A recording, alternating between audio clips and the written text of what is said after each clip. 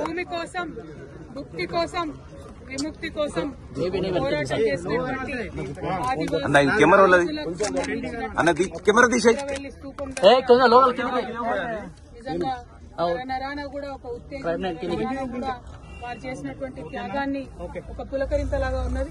మరి వారి త్యాగాలను గుర్తు చేసుకొని తెలంగాణ రాష్ట్రాన్ని అభివృద్ధి చేసుకుంటూ వచ్చినాం.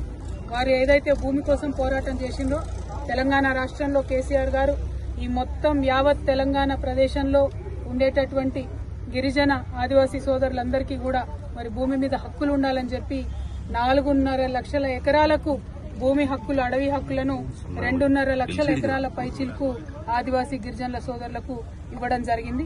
గత 10 ఏళ్లలో బీఆర్ఎస్ హయాంలో, కేసీఆర్ గారి హయాంలో మరి భుక్తి కోసం, భూమి కోసం పోరాటం చేసినటువంటి వీరులందరినీ కూడా గౌరవించుకోవడం జరిగింది. అటువంటి ఇంద్రవెల్లి స్తూపం దగ్గర ఇక్కడ ఉన్నామంటే నరనరాన కూడా మరి వారు చేసినటువంటి త్యాగం, వారు చేసినటువంటి పోరాటం మమ్మల్ని ఇంకా ఉత్తేజమిస్తుంది. మాకు ప్రజల పక్షాన, ఆదివాసీల పక్షాన, గిరిజనుల పక్షాన, మహిళల పక్షాన, దళితుల పక్షాన, బహుజనులందరి పక్షాన నిలబడి పోరాటం చేసేటటువంటి ఒక స్ఫూర్తిని బీఆర్ఎస్ ప్రతి సైనికుడు కూడా ఇవాళ ఇంద్రవెల్లి స్తూపం దగ్గర నుంచి తీసుకుంటా ఉన్నామని చాలా సగర్వంగా తెలియజేస్తా ఉన్నాం. వారు చేసినటువంటి త్యాగాలు మరువలేని, వారి పోరాటాలు మరువలేనటువంటి మరి అటువంటి ఉత్తేజంతో ఉన్నటువంటి ఈ తెలంగాణలో మరి ఇప్పుడు నడుస్తున్నటువంటి ప్రభుత్వ హయాంలో రైతులకు అన్యాయం జరుగుతోంది, మహిళలకు అన్యాయం జరుగుతోంది. ఎవరన్నా గొంతెత్తి రైతుల పక్షాన, మహిళల పక్షాన, బహుజనుల పక్షాన మాట్లాడితే వెంటనే వారి మీద కేసులు పెట్టి ఇబ్బంది పెడుతున్నటువంటి పరిస్థితిని కూడా మనం గమనిస్తా ఉన్నాం.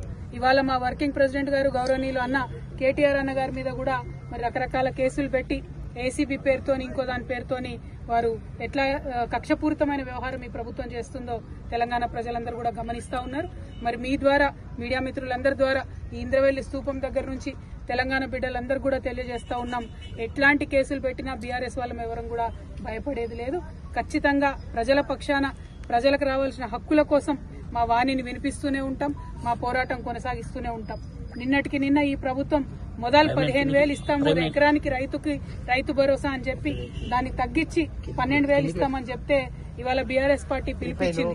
రాష్ట్ర వ్యాప్తంగా మేము రైతుల పక్షాన ధర్నా చేస్తామని చెప్పి మరి బీఆర్ఎస్ పిలుపుతోని భయపడ్డటువంటి ప్రభుత్వం మరి ఇటువంటి కక్షపూరితమైనటువంటి కేసులతో వేధించేటటువంటి కార్యక్రమం పెట్టుకున్నది.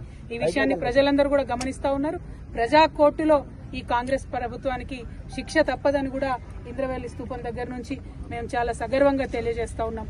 Thank you. జై తెలంగాణ. జై తెలంగాణ.